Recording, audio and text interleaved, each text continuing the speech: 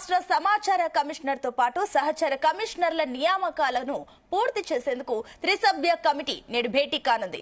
మధ్యాహ్నం జరిగే ఈ సమావేశంలో కమిటీ చైర్మన్ గా సీఎం రేవంత్ రెడ్డి, సభ్యులుగా డిప్యూటీ సీఎం భట్టి విక్రమార్క, ప్రధాన ప్రతిపక్ష నేత కేసీఆర్ హాజరు కావాలి. ముగ్గురు సమావేశమై సమాచార కమిషనర్ నియమించాల్సి ఉంది. అయితే ఈ భేటీకి గులాబీ బాస్ హాజరవుతారా లేదా అనే సందిగ్ధం నెలకొంది. ఆర్టీఐ కమిషనర్ల ఎంపిక సమావేశానికి కేసీఆర్ రావడం అనుమానమేనని అటు అధికార పార్టీలో ఇటు బీఆర్ఎస్ లోనూ జోరుగా చర్చ జరుగుతుంది.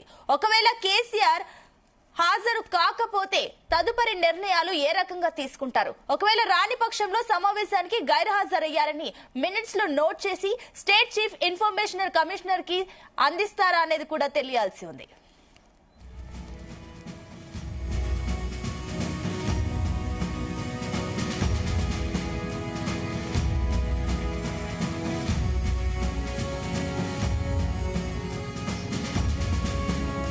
రైట్, ఇదే అంశానికి సంబంధించి మరిన్ని డీటెయిల్స్ మా బ్యూరో చీఫ్ నరేందర్ అందిస్తారు.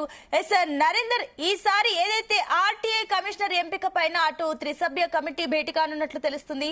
అయితే దీనికి సంబంధించిన డీటెయిల్స్ ఏంటి? కేసీఆర్ హాజరవుతారా లేదా? కేసీఆర్ కి దీనికి సంబంధించిన సమాచారం అందిందా? Right Anusha, state chief information commissioner తో పాటు సహచర కమిషనర్ల నియామకం అనేది త్వరలోనే ఏర్పాటు కానుంది. దీనికోసం త్రిసభ్య కమిటీని రాష్ట్ర ప్రభుత్వం వేసింది. ఈ త్రిసభ్య కమిటీలో ముఖ్యమంత్రితో పాటు డిప్యూటీ సీఎం భట్టి విక్రమార్కతో పాటు ప్రతిపక్ష లీడర్ కూడా ఎప్పుడు కూడా ఆనవాయితీగా వేస్తుంటారు. దీంతో ప్రతిపక్ష లీడర్ గా ప్రధాన ప్రతిపక్షం అనేది బీఆర్ఎస్ పార్టీ ఉంది కాబట్టి బీఆర్ఎస్ అధినేత కేసీఆర్ అధినేత కాబట్టి దీంట్లో ఆయనను కూడా భాగస్వామ్యం చేసినటువంటి పరిస్థితి ఉంది. దీనికి సంబంధించినటువంటి విధి విధానాలు ఎలా ఉండాలి, ఏంటి, ఎంపికలో ఎలాంటి నియమాలు పాటించాలి, ఏ వ్యక్తి అయితే దీనికి న్యాయం చేయగలుగుతాడు, ఇట్లాంటి అన్ని మౌలిక సూత్రాలు అనేది ఈ త్రిసభ్య కమిటీ భేటీలో డిసైడ్ చేస్తారు. ఈ రోజు సచివాలయంలో మధ్యాహ్నం 1 గంటకు అధికారులతో పాటు పలువురు ఈ కార్యక్రమానికి హాజరై ఈ ఎంపికను చేపట్టడానికి వీలు చేసే విధంగా ఉంటుంది. ముఖ్యంగా ఈ స్టేట్ ఇన్ఫర్మేషన్ కమిషనర్ అనేది చాలా ఇంపార్టెంట్ రోల్ ఉంటుంది. రాష్ట్రంలో చాలా ఇంపార్టెంట్ పరిస్థితులను బట్టి దీనికి నియమిస్తుంటారు. అయితే దీనికి పలువురు పోటీ పడుతున్నటువంటి పరిస్థితి ఉంది.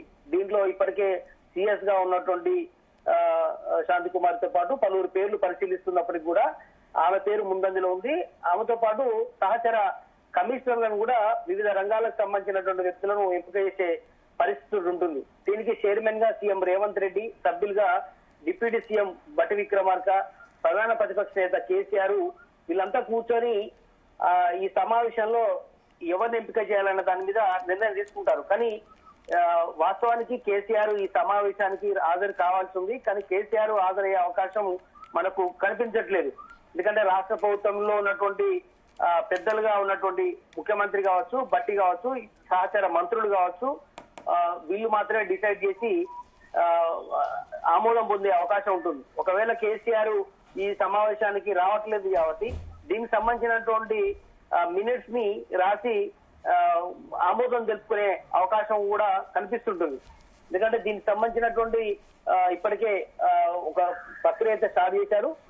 గత ఏడాది ఫిబ్రవరి చివరి వారంలోనే ఈ chief election commission, chief information commission సంబంధించినటువంటి నియామకాలు గతంలో పూర్తయ్యాయి.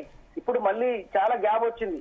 అప్పటి నుంచి ఇప్పటిదాకా దాదాపు మనం చూసాం, చాలా టైం అయింది. అప్పటి నుంచి కూడా పెండింగ్ లో ఉంది. దీనికి గల కారణాలు చాలా ఉన్నాయి. ఎవరిని ఎంపిక చేయాలి అన్నట్టు దాంట్లో అందులో శాంతి కుమారి కోసమే దీన్ని వెయిట్ చేయిస్తున్నట్టుగా కూడా బయట టాకిన పడింది గడిచిన 4-5 నెలలుగా. అదేవిధంగా సహచర కమిషనర్లను కూడా కొంతమంది పేర్లు ఇప్పటికే అప్లై చేసుకోవడానికి అవకాశం ఇచ్చారు. వారిలో కొంతమంది స్క్రూటినీ చేసినట్టుగా కూడా మనకు తెలుస్తోంది. కనుక ఈ కొత్త కమిషన్ నియామకంలో జాప్యంపై ఇప్పటికే హైకోర్టులో పిటిషన్లు కూడా గతంలో దాఖలయ్యాయి. అక్కడ విచారణ కూడా కొనసాగుతున్న నేపథ్యం ఉంది. ఈ క్రమంలో తెలంగాణ సర్కారు కొత్త కమిషన్ నియామకంపై ఫోకస్ పెట్టింది. గడిచిన 4 రోజుల మీద కూడా దీని మీద ఒక అప్లై చేసుకునే వాళ్ళు కావచ్చు, లేదా వివిధ రంగాలకు సంబంధించినటువంటి వాళ్ళు కూడా డిసైడ్ చేసే పనిలో ఉంది. దీనికోసం త్రిసభ్య కమిటీని కూడా గతంలో వేసింది. దీనికి అనుగుణంగానే ఈ రోజు మీటింగ్ జరగబోతున్నటువంటి నేపథ్యంలో ఈ సమావేశానికి ప్రతిపక్ష పాత్ర కూడా ఉండబోతుంది. వాళ్ళ సలహాలు సూచనలు కూడా తీసుకుంటారు. కనుక ప్రతిపక్ష నేత కేసీఆర్ హాజరయ్యే అవకాశమే లేదు కాబట్టి ఫైనల్ గా దీనికి సంబంధించినటువంటి దరఖాస్తు చేసుకున్నటువంటి సిఎస్ శాంతకుమారి కావచ్చు, మిగతా అధికారులు ఆల్రెడీ ఉన్నారు కాబట్టి ఈ మొత్తం కూడా స్క్రూటీని కంప్లీట్ చేసి ఫైనల్ గా 7గురిని ఎంపిక చేసే అవకాశం ఉంటుంది. కమిషనర్ తో పాటు మరొక 6 సహచర కమిషనర్లుగా ఎంపిక చేయాల్సి ఉంటుంది. దాంట్లో వివిధ రంగాలకు సంబంధించినటువంటి వ్యక్తులు ఉంటారు. మొత్తానికైతే ఈ ప్రక్రియ ఇలా మధ్యాహ్నం 1 గంటకు సెక్రటరియట్ లో జరగబోతున్న నేపథ్యంలో ఇవన్నీ కూడా జరగబోతున్నాయి. ఇక మనం చూసినాం కేసీఆర్ ని పలు సందర్భాల్లో ముఖ్యమంత్రి కావచ్చు, లేదంటే అసెంబ్లీ సెక్రటరీ కావచ్చు, స్పీకర్ గాని చాలా సందర్భాల్లో పిలవడం జరిగింది. బడ్జెట్ సమావేశాలకు హాజరు విషయంలో కానీ, గవర్నర్ ప్రసంగం విషయంలో కానీ, అదేవిధంగా పలు సందర్భాల్లో వచ్చారు. మనం ఈ కాంగ్రెస్ ప్రభుత్వం వచ్చినప్పటి నుంచి కూడా దాదాపు 1.5 ఏడాది కావస్తుంది. 1.5 ఏడాదిలో కేవలం 2 సార్లు మాత్రమే అసెంబ్లీకి ఆయన రావడం జరిగింది. ఇంతవరకు అసెంబ్లీ సమావేశాలకు రావట్లేదు. దీని కారణాలు చాలా రకమైనటువంటి సాకులు చెప్పే ప్రయత్నం చేస్తున్నారు. ప్రధానంగా రేవంత్ రెడ్డి టార్గెట్ చేస్తాడు, రేవంత్ రెడ్డి కేసీఆర్ ని చూడడానికి ఇష్టం లేదు అన్నటువంటి దాని మీద కొంత చర్చ జరిగింది. అంటే కేసీఆర్ కే చూడడానికి రేవంత్ రెడ్డి ఇష్టం లేదు అన్నటువంటి చర్చ జరిగింది. ఏదంటూ కూడా కొంత వేచి చూసే ధోరణిలోనే అసెంబ్లీకి సమావేశాలకు రాలేదు, అందుకనే ఈ రకమైనటువంటి జాప్యం జరుగుతుందని చర్చ జరుగుతుంది. కానీ ఈ రోజు స్టేట్ ఇన్ఫర్మేషన్ కమిషన్ అనేది చాలా కీలకమైనటువంటి రోల్ ఉంటుంది కాబట్టి దానికి ఈ ఎంపిక బాధ్యతల్లో ప్రధాన ప్రతిపక్ష నేత రావాల్సింది, కానీ రావడం లేదనేటువంటి చర్చ జరుగుతోంది. కనుక ఏదైనప్పుడు కూడా ఇట్లా గవర్నర్ కూడా అనంతరం రాజ్భవన్ లో గవర్నర్ జిష్ణుదేవ్ వర్మ ఇచ్చినటువంటి తేనెటి విందుకు కూడా కేసీఆర్ డుమ్మ కొట్టినటువంటి పరిస్థితి ఉంది. కనుక ఇట్లా చాలా సందర్భాల్లో రాని నేపథ్యంలో ఈ ఆర్టీఐ కమిషనర్ల ఎంపిక సమావేశానికి కూడా అనుమానం ఉన్న నేపథ్యంలో దీని మీద ఫైనల్ నిర్ణయం రాష్ట్ర ప్రభుత్వమే తీసుకునే అవకాశం ఉంటుంది. మినిట్స్ లో నోట్ చేసి స్టేట్ చీఫ్ ఇన్ఫర్మేషన్ కమిషనర్ తో పాటు సహచార కమిషనర్ల ఎంపిక పూర్తి చేసే అవకాశం ఉంది. ఇది కూడా దాదాపు మరొక 15 రోజులలో శాంతికుమారి ఆమె బీఆర్ఎస్ తీసుకోవడం కావచ్చు, దీని చీఫ్ ఇన్ఫర్మేషన్ కమిషనర్ గా బాధ్యతలో కూర్చోబెట్టడం కావచ్చు, ఇవన్నీ జరిగే అవకాశం ఉందని కూడా మనకు టాక్స్ ఏర్పడుతున్నాయి. బట్ ఏదైనా కూడా ఈ రోజు మధ్యాహ్నం సెక్రటరియట్ లో ఈ ఇంపార్టెంట్ త్రిసభ్య కమిటీకి సంబంధించినటువంటి మీటింగ్ జరగబోతుంది. ఫైనల్ అవుట్కమ్ మనకు సాయంత్రానికి తెలిసే అవకాశం ఉంటుంది. అయితే నరేంద్ర, మరోపక్క ఒకవేళ మాజీ సీఎం కేసీఆర్ ఈ సమావేశానికి హాజరు కాకపోతే చట్టపరమైన చర్యలు ఏమైనా ఉండే అవకాశాలున్నాయా? అదేవిధంగా ఎంపిక విషయంలో, కమిషనర్ల ఎంపిక విషయంలో ఈ రకంగా కేసీఆర్ గైర్హాజరైతే ఎలాంటి విమర్శలకు వచ్చే అవకాశాలున్నాయనుకోవచ్చు? అలాంటిది ఏముండదు. ఫార్మాలిటీగా మాత్రమే ప్రధాన ప్రతిపక్ష లీడర్ ని పిలవాలన్నటువంటి ఆనవాయితీ ఉంటుంది. రావడం రాకపోవడం అనేది ఆయన సొంత నిర్ణయం కనుక వివిధ రీజన్స్ ఉంటాయి. కనుక ఆయన రాకపోవచ్చు, రావచ్చు.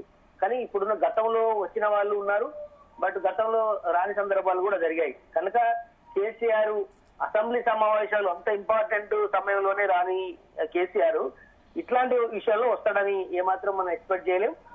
కనుక రావడం లేదనేటువంటి సమాచారం అయితే మనకుంది. కనుక ఫార్మాలిటీగానే అధికార పార్టీలో ఉన్నటువంటి ముఖ్యమంత్రి కావచ్చు, మంత్రులు కావచ్చు, సిఎస్ కావచ్చు, పలువురు సీనియర్ అధికారుల సమక్షంలో ఇది పూర్తి చేస్తారు. పూర్తిగా ముఖ్యమంత్రి కనుసన్నల్లోనే చీఫ్ ఇన్ఫర్మేషన్ కమిషనర్ బాధ్యతలు పూర్తి చేసే అవకాశం ఉంటుంది. రాష్ట్ర ప్రభుత్వానికి అనుకూలంగా ఉన్నటువంటి వ్యక్తులు కావచ్చు, వాళ్ళకు ఫాలోవర్స్ గా ఉన్న వాళ్ళు కావచ్చు, సానుకూల వాతావరణంలో ఉన్నటువంటి వ్యక్తులు మాత్రమే ఎంపిక చేస్తారు. కొన్నిసార్లు న్యూట్రల్ గా ఉన్నటువంటి ఇంటర్నేషనల్స్ ను కూడా కమిషనర్లను ఎంపిక చేసే బాధ్యత ఉంటుంది. కానీ ఏదైనప్పుడు కూడా ఇవాళ మనకు మధ్యాహ్నం జరిగేటువంటి త్రిసభ్య కమిటీ సమావేశం ద్వారా మనకు ఒక ఫైనల్ అవుట్కమ్ వచ్చే అవకాశం అయితే కనిపిస్తుంది. అయితే నరేందర్, ఇందాక మీరు చెప్పినట్లుగా కూడా ఎక్కువగా ఇప్పుడు సిఎస్ శాంతికుమారి పేరు వినిపిస్తుంది. ఆమెతో పాటు ఇంకెవరున్నారు లిస్ట్ లో? వాస్తవానికి ఆ పేరు ఒక్కటే ప్రధానంగా వినపడుతుంది. మరికొంతమంది అంటే మాది చీఫ్ జస్టిస్ పేర్లు ఒకరిద్దరు పేర్లు వినపడుతున్నాయి.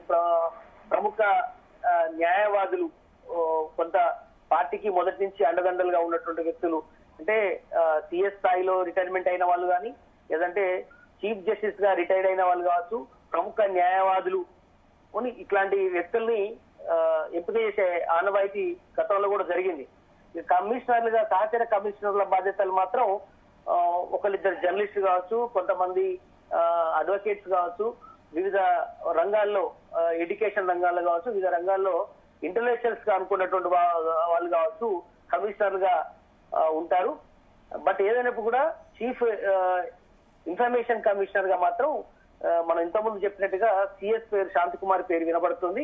ఆమెను అందుకని ఇంతకుముందు మనం కూడా చెప్పుకున్నట్టుగా విఆర్ఎస్ తీసుకొని ఈ సీట్ లో కూర్చోబెట్టే అవకాశం ఉందన్నటువంటి సమాచారం ఉంది. ఆమె ఇప్పటికే ఢిల్లీలో ఉన్నటువంటి కొంతమంది కాంగ్రెస్ పెద్దలతో మాటామంతి కూడా పూర్తయినట్టుగా తెలుస్తుంది. సీఎం రేవంత్ రెడ్డి అండదండలు కూడా ఆమెకు ఉన్నాయని కూడా తెలుస్తుంది. ఇప్పటికే ఆమె పలు జిల్లాల్లో కలెక్టర్ గా పనిచేశారు. గతంలో సెక్రటరియట్ లో చాలా కీలకమైనటువంటి పోస్ట్ లో పనిచేసినటువంటి అనుభవం ఉంది. కనుక ఆమె సేవల్ని ఈ రకంగా వాడుకోవాలనేటువంటి ఆలోచన రాష్ట్ర ప్రభుత్వం చేస్తున్నట్టు కూడా తెలుస్తోంది. Right Narender, thank you.